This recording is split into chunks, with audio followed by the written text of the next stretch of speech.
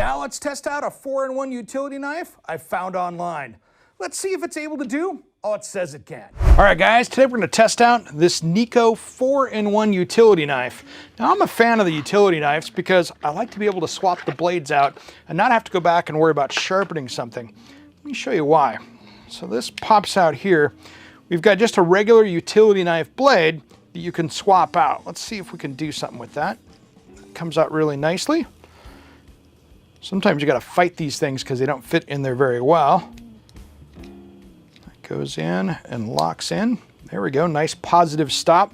So it's great when you're working on projects because I can toss the blade, put another one in, and keep moving.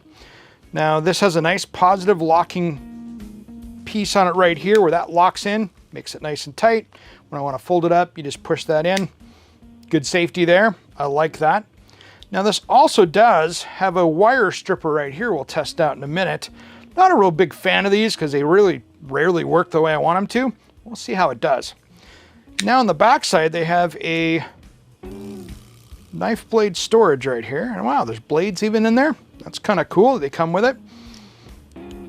And then where we get the rest of the 4-in-1 is it has two pieces back here, a Phillips and a flathead, and that slides right in the back.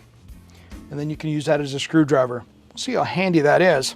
First thing I want to do though is let's test out and see how it cuts here on some cardboard and go from there. So push that in, get that out, let's see how we do. That is a sharp blade. That works really well. I'm impressed with that. Now let's actually test out the wire stripper here and see how this goes. Even the high-end ones, this isn't my favorite, so let's see how it does. Got some just regular wire here. Yeah, I'm not gonna fault that. A lot of these same nicer ones out there that are 4 times the money don't do this any better, but that's pretty typical for that style of wire stripper. So let's see what we have here with a screwdriver. Let's see if we can get this to come out. Just something quick and easy. That actually works pretty good. I'm kind of impressed. All right, guys, that's works better than I thought. I'm gonna give this thing 4 out of 5 stars. Not a bad handy little tool. It's a little heavy, but it's got some mass to it. And you know something? That could go in your pocket and get you through the workday. Now let's test out a Japanese handsaw I found. We'll see how it holds up as we put it to the test. All right, guys, today we're gonna test out a Japanese pull saw or a flush cut saw. Now, if you don't know what one of these is, they work really well for flush cuts and very detailed woodworking.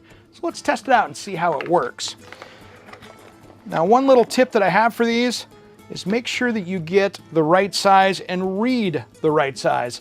This one here is really small compared to the other ones that I've used.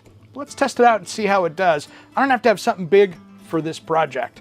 So the secret to these is it cuts on the pull, not on the push. So it's really good and you have a lot of control that way. Let's test it out right here. I've got this set up here so I have something flush to cut up to so I can get a nice straight cut. So the pull action is where it's at.